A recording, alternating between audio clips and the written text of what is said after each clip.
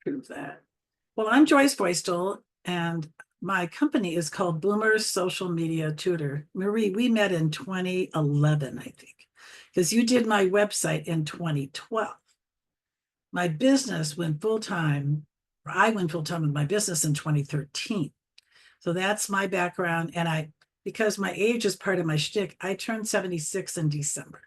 So anybody looking to be inspired to by somebody who is even over the half mark in her 70th decade, it can be done with enough acumen and energy and a very understanding husband, which might also throw him in.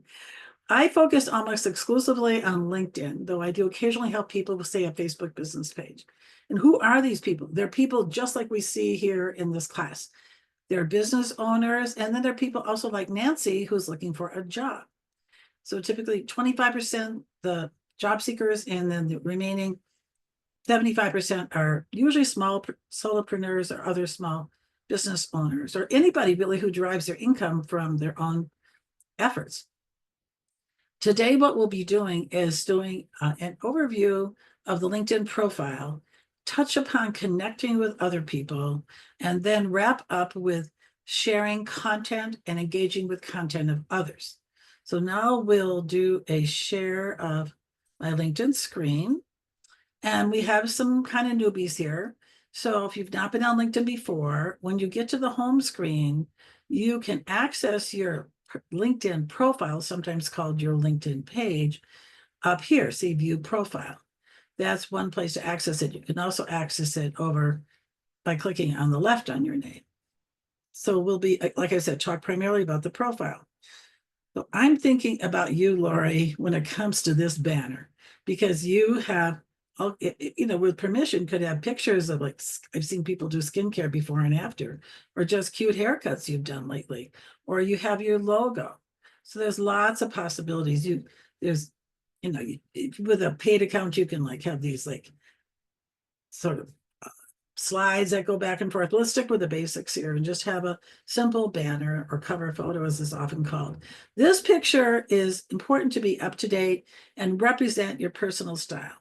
If you're out there like me, and Marie knows this as well as anybody, Nancy too, I'm a pretty forward person. I love to network, and that's how I come across. So I have a picture that captures your style. Down here, you can have a credential. Bobby has one after her last name. So after Ansari, she has CWP, which is a certified wellness practitioner. So when you have a credential like that, add it after your last name. Also, we move now to, I was going to say, if you have a nickname or something, or maiden name, you could work that into these two fields. But let's focus now on the headline. We have 220 characters for your headline.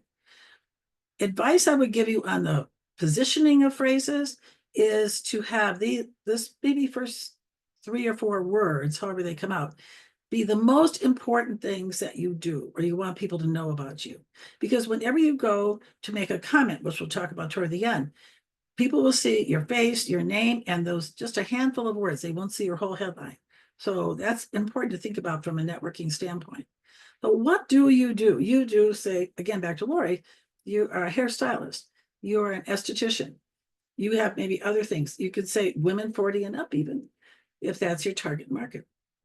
Or a Bobby, you would have spiritual retreats or the spiritual prescription. But sometimes that's a little tricky because it can be not exactly in the public domain language wise. So you have to think about, like, say, don't say adolescents, say teens. It's kind of a classic example. Or like for Nancy looking for work, and she and I have worked together recently again, but you can put the type of work you want to do, educational design or whatever it is. And it's okay to be what I would call aspirational. So perhaps you haven't done a lot of it, but you know you have the skill set for it, you can do it. So that's what's called your headline. Then, and I also have, by the way, I have a slide deck, which I can send to all of you as well. So I've covered this top right. One more thing up here in this top section is contact info. Now this, you can customize this profile URL that lives right up kind of here at the top of the LinkedIn screen into being specifically what you're about. Again, Lori, you could have, the esthetician and hairstylist. Whitney, you could have dating coach or whatever else you wanted to have.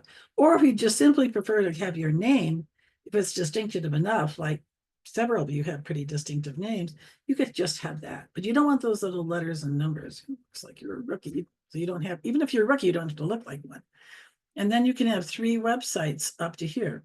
So I have my company website, my LinkedIn page, which is for my company, separate than my Joyce profile, and then my YouTube and down here. And this is really important to have your email that you're using for business. Now, Nancy, you have an email for, it's on your resume.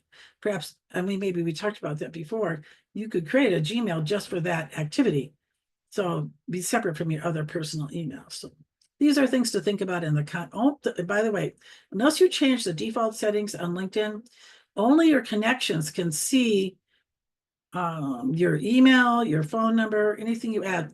Anybody should be able to see a website or your profile URL.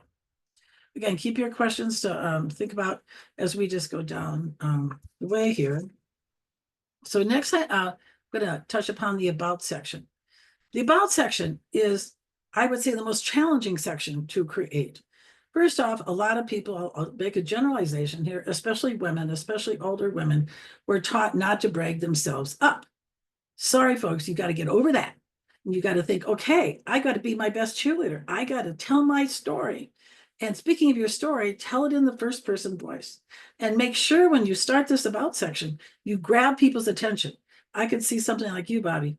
Did you lose your mom when you were a kid? Or whatever other couple questions you might ask, almost like qualifying questions, getting to a pain point of sorts. So you have to realize, see, you have this very short area where people can get a sense of what you're talking about. And then, so you want to make sure plenty of white space as you're going through this. So who am I looking for? The baby boomers. So give the years. And who are there? Business people, job seekers? What happens in a session? And here's a quote from the famous Mary Gall. We all know her by now. If we haven't met her, we feel like we know her, right, Siva? So she wrote this lovely Google review for me, and I just slapped that in there. See, now it gives some social proof. Here's a bit of my backstory, and this is about other groups I'm in. I didn't include Leap for Ladies yet. This was probably written a little while ago, so I have to add that. So this is a way just to talk a bit about yourself beyond your business. Now, I want to talk specifically about the top 5 skills. You see, they're very much hidden. How would you even know there is such a thing as top 5 skills? You wouldn't really, because they don't list them up in this section up here where you go to add profile section. See all this, like, well, they won't show up because I already have it. No place does it say the top 5 skills. So no wonder a lot of people have been caught on. So here, this is nothing else. Remember this. How do you find where to add the skills? You're going back to About. Don't want to make you dizzy here. And you go down below the verbiage, below the written part, the narrative. I'll uncheck one of these. And you will see this bubble. So you can type in a skill. Now, let's say you don't already have the skill down below. Well, then you're going to, and LinkedIn doesn't seem to want to add it for you. It's very persnickety that way. So then what you would do, if you don't see it there, is we'll take you down there right now. We're going a little bit out of order because I want to really emphasize this. So what you do, all you have to do is click on plus. See, and type in that skill. And you can get really creative. Let's just try your spiritual retreat one. For you, let's think if this will work. Spiritual retreat. See, it doesn't have that, but you can make that up or something else landed in here. I like this spiritual warfare. So you make a judgment, but don't worry if LinkedIn doesn't have your exact phrase in its dictionary and you really want that phrase and you want it in your top 5 skills, well, then add it to your skills section. And you can even, while we're in here, I'm going to just talk about one more thing. You can move things around in here. Watch this, folks. You go to your pencil and I see my skills and I have, LinkedIn consulting. How did that get there? I'm not sure. Maybe I added that after I added these other ones. So click on these 3 dots, see that? And reorder. And now, easy peasy, I just move that baby down. I want LinkedIn training. I want LinkedIn coach. They're pretty similar, so it doesn't matter really which of those 2 I have, because just like we saw that little snippet of your About with your skill section, from the outside, what other people see is only 2 skills, only 2. So you really want to be strategic in terms of what you put in there. Like for you, Siva, it would be cybersecurity and maybe something else like, I don't know, IT or whatever else would be an associated skill. So those are things to think about in terms of what skills you add. So now we're going to go back, now that we've covered about, and you know about this 5 skill thing, services. This is a tricky one. Like I'll tell you, going back, staying with you, Bobby, for a minute. And even hairdresser, esthetician. LinkedIn is still very, I'm sorry, I got lost here. It's so corporate in its lens. If you go in here, you will see, I mean, probably, I would think maybe Marie would have the best luck of this group in finding skills that are related to what she does. I have enough, but other people don't. So if you find that LinkedIn doesn't, unlike the skill section, that LinkedIn doesn't have terms that reflect what you do, well, then just don't populate the darn section. Just don't fret about it. And to get these pictures in here, there's a picture, and these are YouTube videos, you have to pay $40 a month, which really I wouldn't bother, probably. There's other place to put images in. So I'm not going to spend a lot of time on the services page simply because I don't think it applies to that many people, but I do want to show you really quickly. You have this little, like, again, a sort of a snippet, 500 characters. That goes fast. So if it does apply to Whitney, maybe it would for you. I'm thinking possibly would. It's really just a short synopsis of what your company offers, what you through your company offer. Now featured, here's the picture place, yay. So for featured, what can you feature? You can feature a post. So let me just do that, right? I'm going to feature a post I put up this morning about company pages. So see this, you click on feature, da-da-da, and now it's featured. And you can kind of see it there behind the scenes. Well, that's not best looking image, but I don't care. What I want to do though, is I want to make sure that my newsletter, which now bumped into middle place, is always on the left. And why do I obsess about that? I want it on the left because how many of you really would go to LinkedIn on a computer? Isn't that so out of date, right? You're probably going to go on your smartphone, right? And you go and look people up on the LinkedIn app. You should all have the LinkedIn app. And you will only see one image from featured because it's a small screen, right? So that's another little kind of pro tip if you do feature things. You can feature a picture. See, that would be under media, a link to say a YouTube video or a section or blog post someplace on your website. There's a couple other ones, a newsletter, see like mine, we'll touch on that in just a little bit, or an article. So these are things that can be featured. Well, how do you even enable this darn thing? That might be something you're asking in your mind. So you go up to add profile section. See, it's right here, kind of just under where your top info is. And then you go to recommended. So there's 3 groupings of sections. And here is add featured. Maybe you have a certification like Bobby has, and you're thinking, dang, I should have added that license to, or that certification. Like you would have that, Lori, for sure, with your esthetician. I don't know about the hair. So you could add that, and we'll talk about that section in a minute. But I just want to acquaint you with where to go to add sections you haven't already thought to essentially populate. So back to featured, there you go. So this is a little out of date, but I'm going to keep it up for a little while. Although, well, now come think of it, since it, it has a time element to it. Let me just do one more really quick. I'll do this post I did about referral partners, and then I can move that around later. I won't worry about it. So going down, don't take any more of your time on that. Now we get to experience, and I want to make sure I have references here. Okay, so with experience, here we go. It's for someone like Nancy, it would be reflective of her resume. Be very, very similar. Although, here's a trick, Nancy. If you have a job title, rather than as you would in the actual resume, have the word for word job title, but it was truly bigger than that, kind of those other duties as assigned, that type of thing. You can expand, I should say, on this title field. You have up to 100 characters. So consider doing that just from an SEO standpoint, search engine optimization. So for you business people, like you, Whitney, you have a couple different offerings. This sounds like maybe more. You could have under your business page, which or your company listing, it doesn't have to have a company page, but anyway, you can split it out. So you can have like the dating coach proper, then you could have somatic coach, you could have events, whatever. So you could break this up into separate sections. And I would equate this for the business people to the services section of your website. So, under the services tab, if you have more than one offering, you would have little sub tabs, right? Under that, at least I do. So that's where this would go. And where up and about, that's 2,600 characters. I didn't think to mention that. That's kind of a lot. So for some of you, SIBA, let's say, we'll take you. Perhaps those people who would use your cybersecurity services aren't going to wade through 2,600 characters. Maybe you're better off with like 1,500 or something a little more concise. So that really depends, I think, a lot on your industry. And then here, for each of these positions, you can have up to 2,000 characters. You can have, again, the testimonials like I have here with Bonnie, as I did before with Mary. You can add, they aren't as big as featured, but these little snippets, they're called media.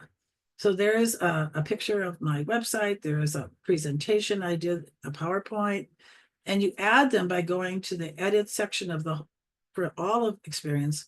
And then you go to the little pencil or, pencil icon for editing. And you go down and you can add, so you can add media or you can change out the media you already have. So how far back to go? Well, if you're a job seeker like Nancy, I think you do have some degree of, you and Nancy and I have talked about this. How far do you want to go back in terms of revealing your age? So consider maybe 10, 15 years, and then perhaps up in the about section, you could have kind of a summary of things you've done earlier without tying those activities to things, meaning jobs you've held or volunteer leadership, without tying them to a particular year. That's one way to address that issue of ageism. And one other thing before we leave the experience section, if you like Whitney, nobody's paying you to do this masterclass hosting, right, Whitney?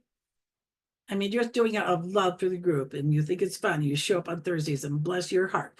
So you know what I would do if I were you? I would add that as a position in experience. And why do I suggest that? A, it gives PR to Leap for Ladies community, right? Because it's much higher than the volunteering section, right? Also, someone could recommend you. Why not? Cool, here you are, a loyal person doing this week after week. And Mary Gall, let's say, could recommend you, or other people who've really enjoyed being on masterclasses that you've hosted. So think about it, because there's a lot to be said for including our volunteer leadership roles or contributions. I mean, not if you're out helping your kids sell Girl Scout cookies, or I mean, that would be volunteering. So I'm looking for something a little bit higher. Now, education. You could have education, let's say, I think, did Lori drop off?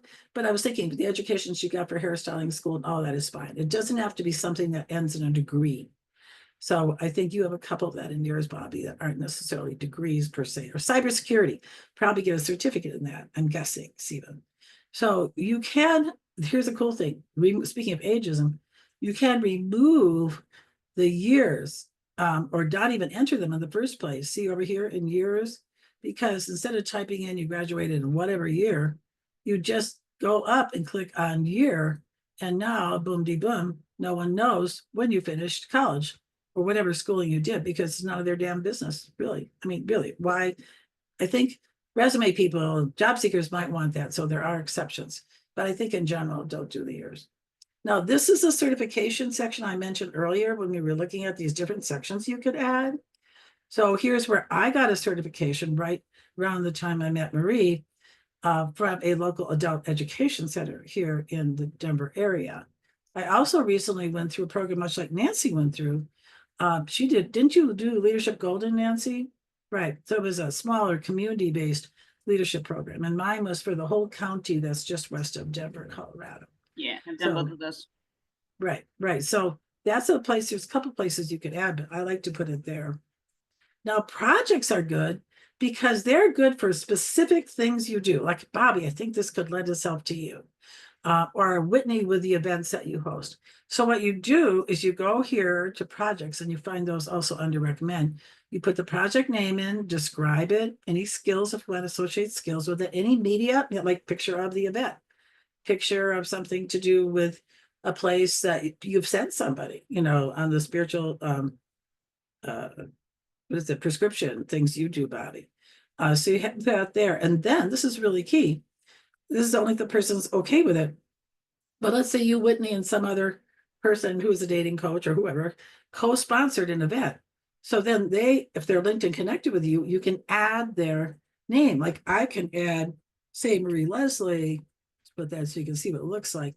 So as long as you two are connected on LinkedIn, you can add them and you don't even need their permission. Ha! Isn't that something? Well, you might tell them you did it, but they will be notified by LinkedIn if you don't tell them one way or the other. And they could even go ahead and choose to add that project to their profile. I provide a workshop for up to 4 people every month. And I've taken the liberty of adding every single person who's gone through one of those workshops since June. And I think, why not? They're kind of walking testimonials of, what I do in those workshops. Now, I mentioned volunteering, which is below, and Nancy, I know, has done loads of volunteering, especially in bike rides, things that raise money for, is it an Alzheimer's you've done it for, Nancy? So that's a great place to put in those kinds of contributions. Another thing to add here is any organization you've given, like, see, that's even She Leads, Leap for Ladies Community, Whitney. So you could list them and you could talk about your specific role, like you're the Masterclass host would be it. So you could list here too. And it has the logo that goes with it, which is nice. And you know what's interesting? You can move these babies around. So say you start doing something more recently, because you've been doing Masterclass for a while, right? But it's really important to you to have that Masterclass at the top. So watch this.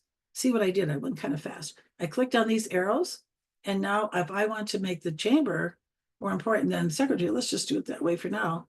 Then the chamber, where I host one of their leads groups, I moderated actually. Now that's at the top. So I think that's interesting. And then one more thing I meant to tell you, Toastmasters is the group that was coming to mind as I was talking about, and to you've given a lot of blood, sweat, and maybe even tears to, people do this in Rotary clubs or other places where they've been involved for a long time. You haven't done that quite yet for Leap yet for Whitney, but maybe some other group. So you can talk about the group and things you've done for them, not at nauseum, but to the extent that other Toastmasters would know that I have given a lot of leadership. I've done a lot of leadership really for the organization beyond the club as well as in my clubs. So moving down, we talked about skills already. Recommendations. Okay. So recommendations are very important. I would say 2 or 3 per position per year is certainly adequate, especially if you're looking for a job like Nancy is. It's a little harder for you, Siva, because you're still kind of on the beginning end. But maybe there's other things you can be recommended for from earlier parts of your life. So let's say Ruth didn't come today, but I'm going to ask her. Well, Nancy, maybe you've already written me a recommendation, but I don't think Ruth has. Oh no, actually, I'm going to have you recommend for this. I'm going to use Nancy as an example. So Nancy's sitting right here, and I'm connected to her, so I know that I can ask her this little favor. Okay, so there's Nancy. So perhaps Nancy has already recommended me. Oops, where'd she go? Nancy Goldberg. Give me a moment here. She's done the other recommendation, but then she could recommend me as a teacher trainer. Sometimes LinkedIn gets a little pokey. So let me just talk for a minute while I go on. So once you put that recommendation request through, then I would email the person. Here's Nancy. Okay. And then email them that you've sent the recommendation, because the recommendations go up here in messaging. And a person might say, well, gee whiz, Joyce, can't you just write it up and put it in there? No, that other person needs to be the one to write the recommendation. So here's where you do it. More. And I'm going down to request a recommendation.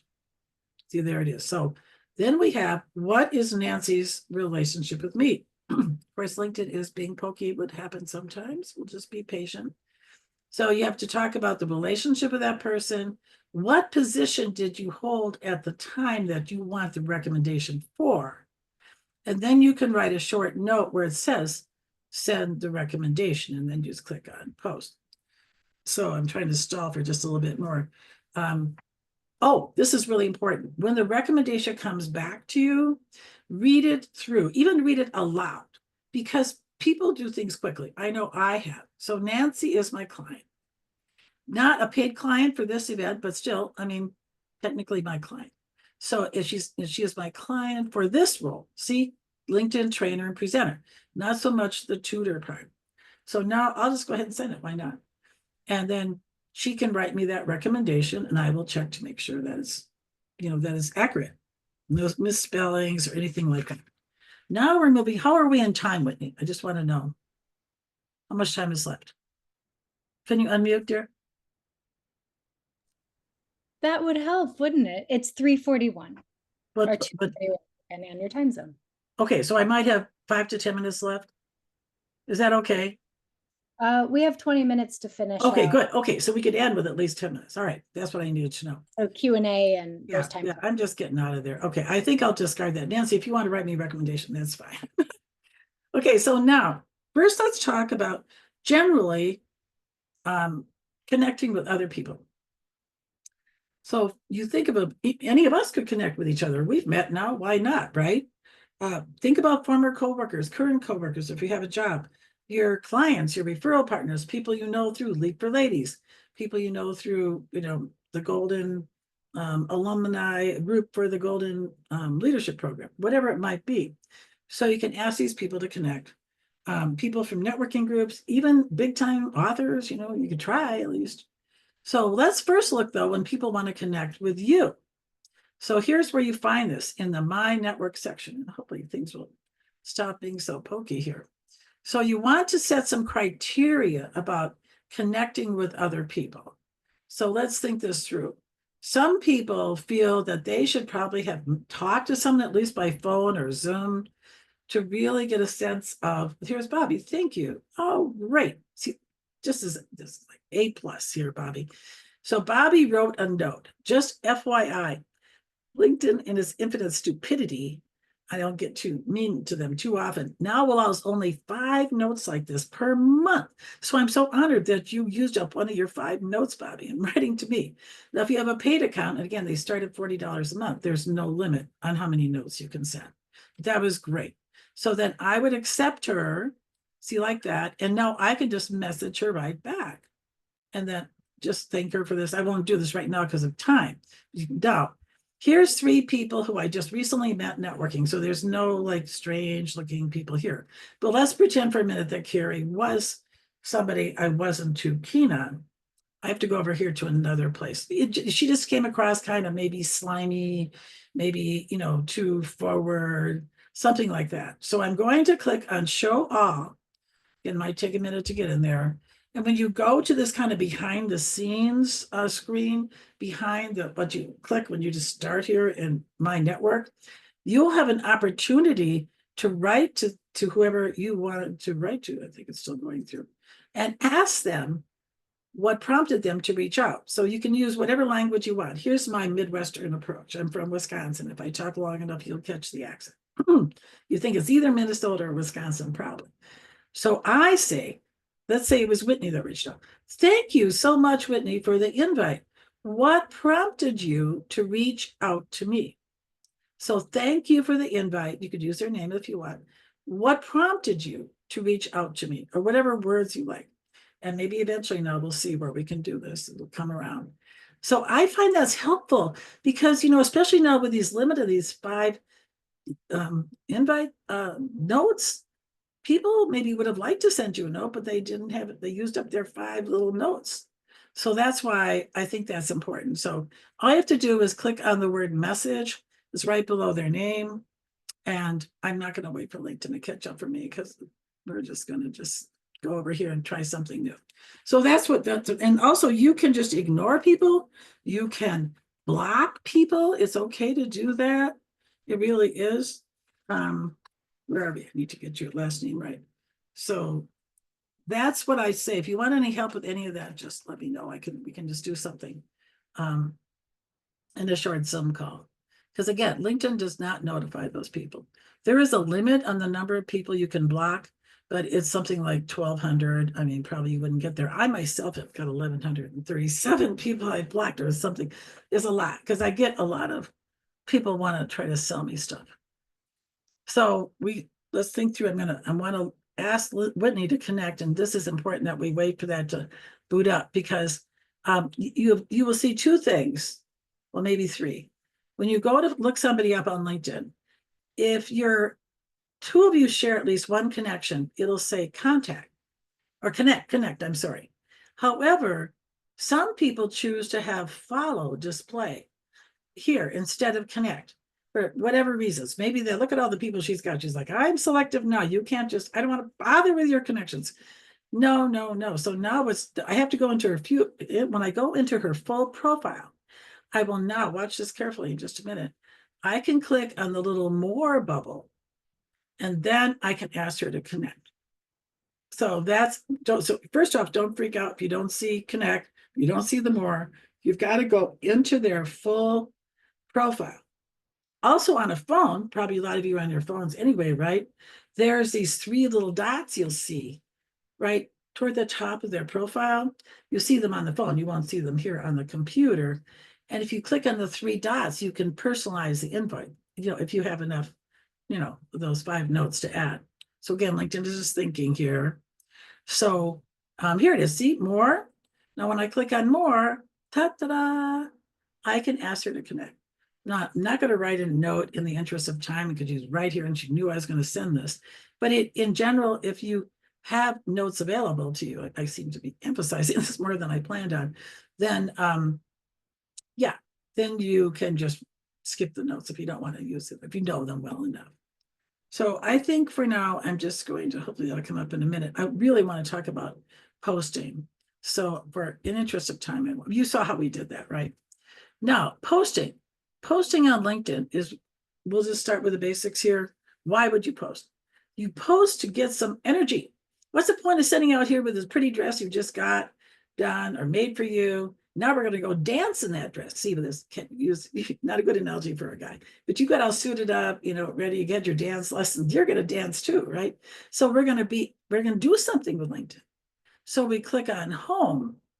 And when you click on home, then you have the share a post option. So this, things again are slow here.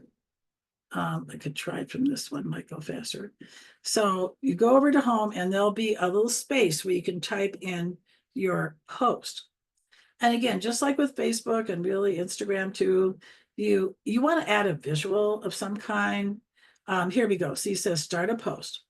So here's where you type the post in or copy it if you have it all prepared in a Word document, let's say, and you just put it into the space. And then you could, like, if you had an article you think people might be interested in, or something from your blog post, or your website, you could add that in and it should fetch it, but it doesn't always fetch the visual. And that's a little bit of a dicey thing. So anyway, I usually just use a still photograph. You could add a video though, that could work. And then once you've done that and you think, well, no, it's Sunday night, it's 10 o'clock. Maybe it's not the best time to share a post. I'm going to click on this little clock face that's in there. And then you can schedule that post for, say, the next morning at a specific time or a week from Monday morning, whenever you want it to go in there. So I'm so sorry with these technical issues, especially because it's going out there to other people. But I think I will just stop. But that's where you go to make your post. Now I wanted to talk, as we're wrapping up, about other people's posts. Well, you could just go and just randomly see what's going on that other people have posted in your feed. But let's say you want to go to, let's see, we may or may not have luck with this because of our delay issues. But we'll use Mary Gall because we've talked about her a lot. She's a good person. She posts a lot. So I could go over to Mary Gall's profile, and then I would scroll down to her activities and post on that. So you could find a post you like and post, but actually, let's just go back to this in the interest of time. So, okay, so here's a guy that I think highly of. So, how are you? Good, great. I like this. When someone says, how are you? I had a nostalgic weekend watching my nephew's soccer game. I love this, right? So let's say right away, I can see this, very simple. Then he has a little video here. So I find his posts to be, well, it could be loving, could be, I think most of the things I like on LinkedIn, I use insightful. So don't just click on like, click on insightful, on love, whatever. And then to comment, you see, you just go right here. This again, very much like Facebook or Instagram. You just type, you get a space, you type in there, or you could share it. They call it reposting. And by the way, one more thing I wanted to mention, both from your own post or even when you do a comment, when you put the little like @ sign, like you see in an email address, and then somebody's name right after it, that means you've mentioned them, you've tagged them, you've made a hyperlink from your post or even your comment or your repost so that people could go and look at that person's profile, which I think is a gift to them personally. So that's what that's about, as opposed to say like a hashtag. And that's more like associated with a topic. So Whitney, you're posting about something related to dating, get off of Tinder and go to whatever, whatever hashtags you've started to popularize. You don't have to use a lot of hashtags. I think probably 3 to 6, somewhere in there is fine. And then the last thing I want to do before we get to question and answer is to be respectful of time. Again, we have issues with the screen, but do check your notifications on a regular basis, because especially right after you post, you're going to have people who are commenting your post, maybe even sharing your post. So it's important for you to acknowledge those people as soon after that post, maybe within a day or two. You don't have to just live and breathe on LinkedIn, but that's where you would go to find their comments. And golly gee, maybe I'll have to do this class again, Whitney, so that we have a little bit better cooperation. But I do want to have questions come now, since we're not getting quite the technical things I was hoping for. Questions we have as we're wrapping up then?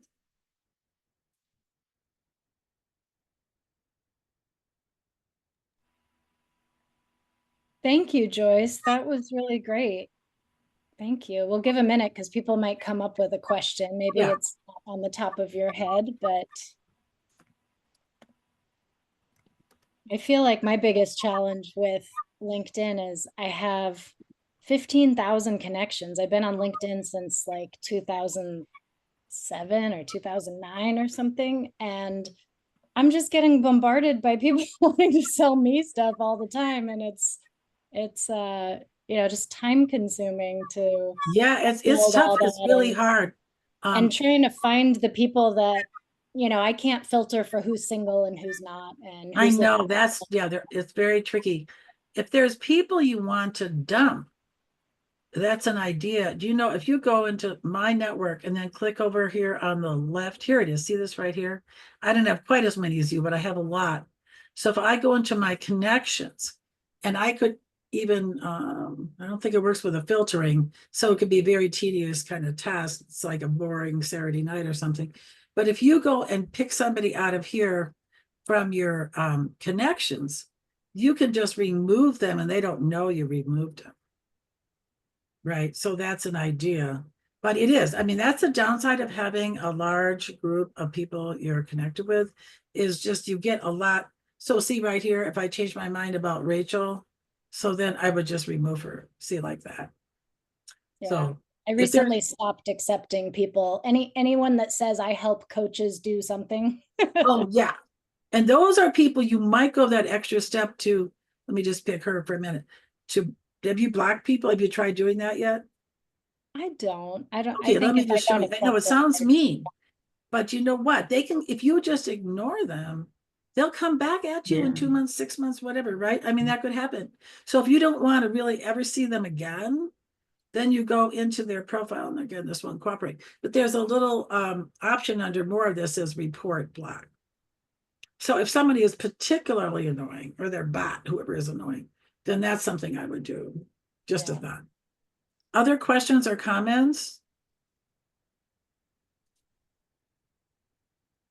Yeah, I think Can you, for me, I think it's kind of like Whitney's question. I get a lot of spam. People trying to sell me, new platforms or AI platforms or Yeah. and that type of thing. So Yeah, I mean, so I'm just kind of thinking, like, is there any way? It's probably an impossible question, but is there You any can't way? really do it proactively, I don't think, Bobby, really. You're just sort of stuck with that. And you know, what you could do is just let them bunch up and then like again on a Saturday night or whatever, you know, just go through and do, but consider blocking them. Because it's just not, to me, worth it to have to get that stuff over and over. But you no, you can't just say, I don't want this type of person to send me an invite. Or what you can do though is I'm not sure how, yeah, because if they want you to like follow their company page, you can't really stop that either. You know, the people you've already accepted, or subscribe to their newsletter, or go to an event. So I think my theory would be to kind of carve down your people you already have and just take that time to block those people, realizing you have that 1,200 limit. I'm going to accept you now. Maybe this will work now. I'm going to try it one more time. The thing where you can write that little note to them. We'll see. Oh, we're just wrapping up. Do you have any thoughts? Anybody else? Let's see if I had to drop off. Nancy, you have any more thoughts? You've seen a fair amount of these presentations by me lately.